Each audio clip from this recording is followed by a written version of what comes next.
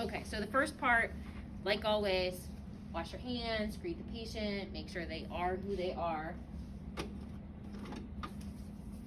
Tell them you're going to be doing a cardiovascular exam on them. Then you want to sort of do a general assessment. So you're looking for a shortness of breath, you're making sure that she doesn't seem anxious, that she's not short of breath, that her fingers are sort of pink, if you'd have her mask off, that her lips aren't blue.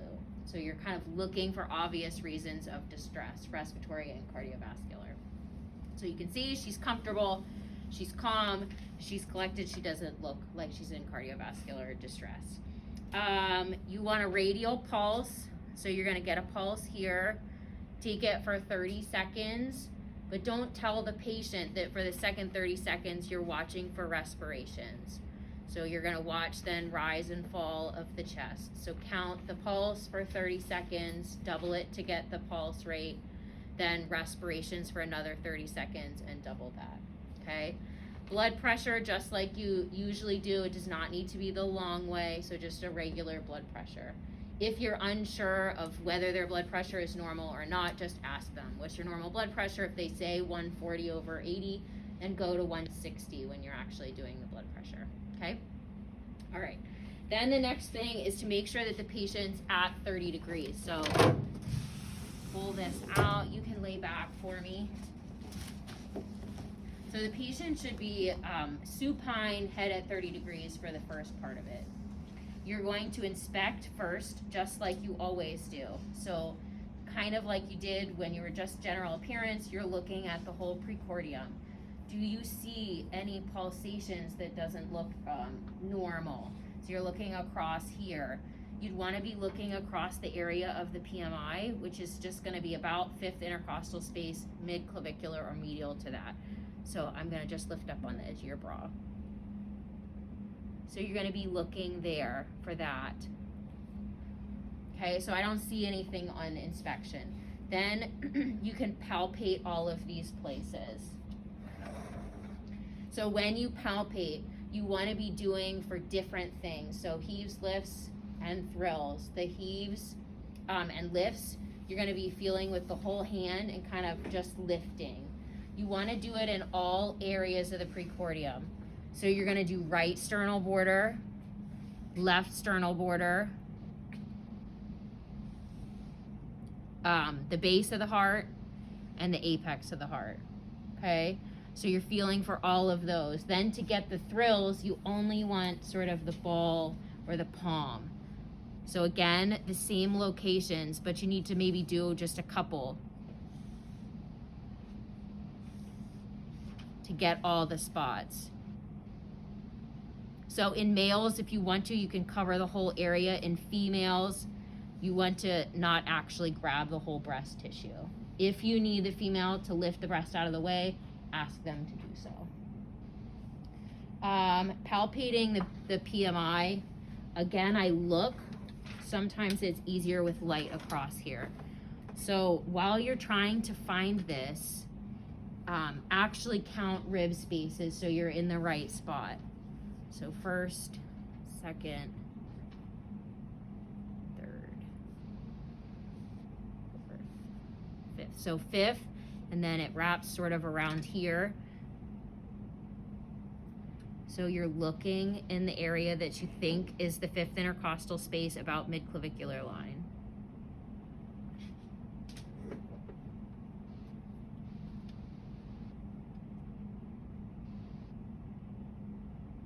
I don't see it, which isn't necessarily a bad thing, then you can feel for it.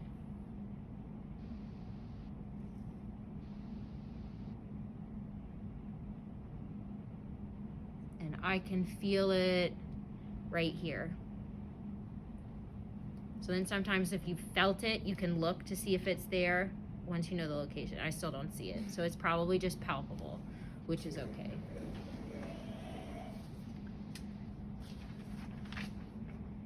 Then the palpate the impulses of the right ventricle. If you think about the way that it sits in the chest, the right ventricle kind of takes up this whole spot. So you want to put your fingers kind of wrapped around the ventricle. You're again going to use the rib spaces.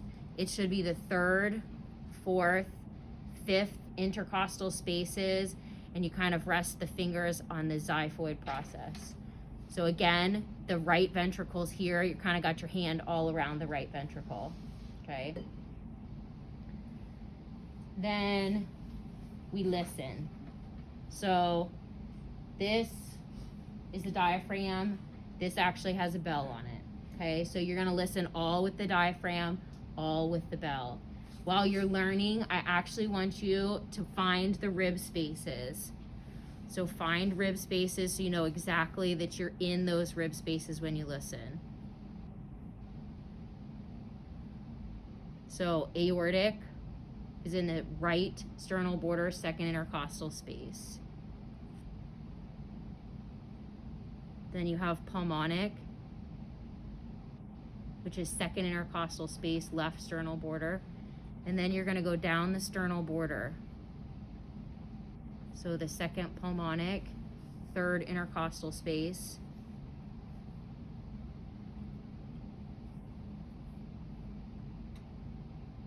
And tricuspid.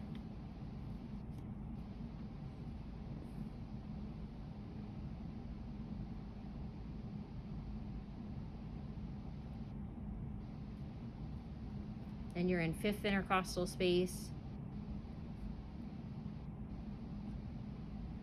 And then over to the apex. Then you do the same thing with the bell, okay?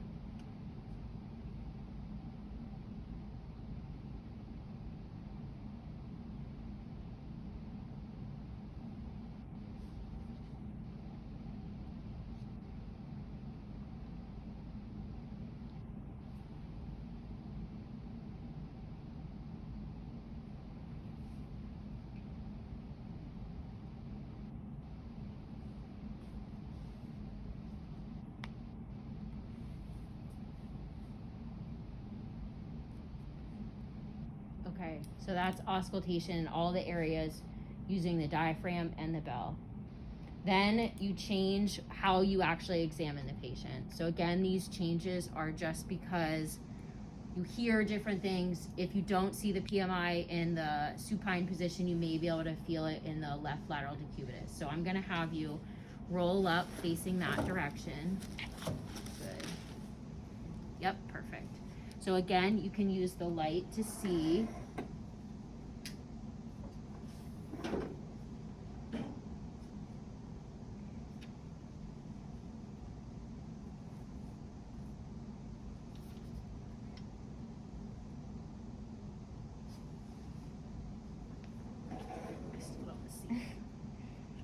This is where if you are short and you feel like you can't get a good exam, come around to the other side.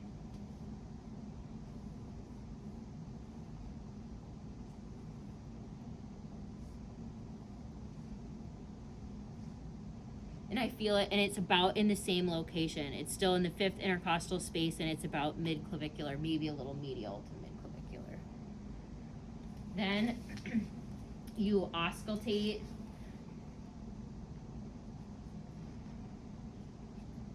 But this time you're only using the bell and you're only doing it at the apex.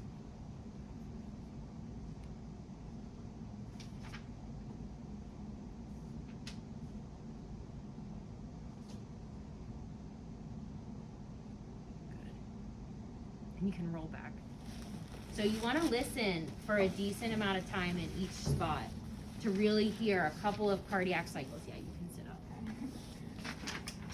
So then that way, if there's an irregular rhythm, you're actually hearing it if you go through a couple of cycles.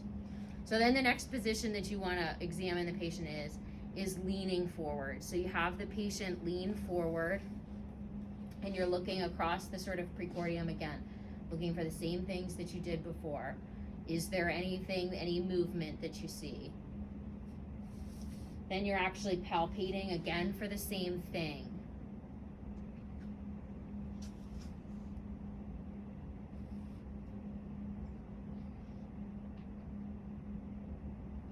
So for heaves and lifts, and then just with the palm for the thrills.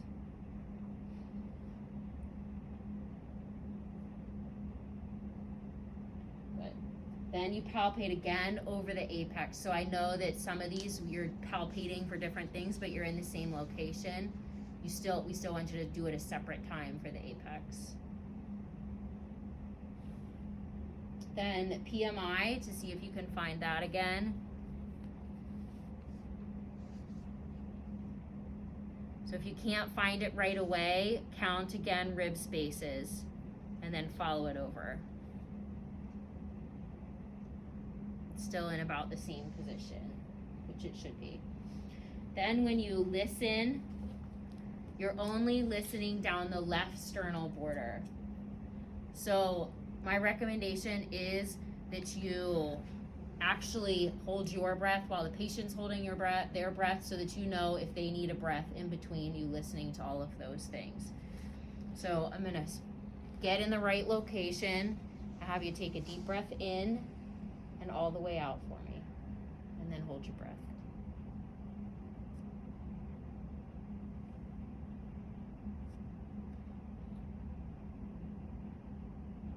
And then take a deep breath in and out for me.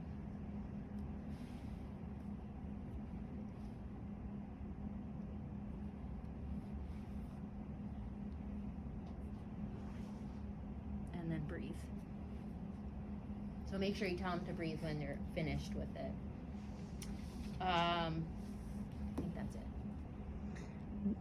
Just go over the rib space and which valve you're listening to. Okay.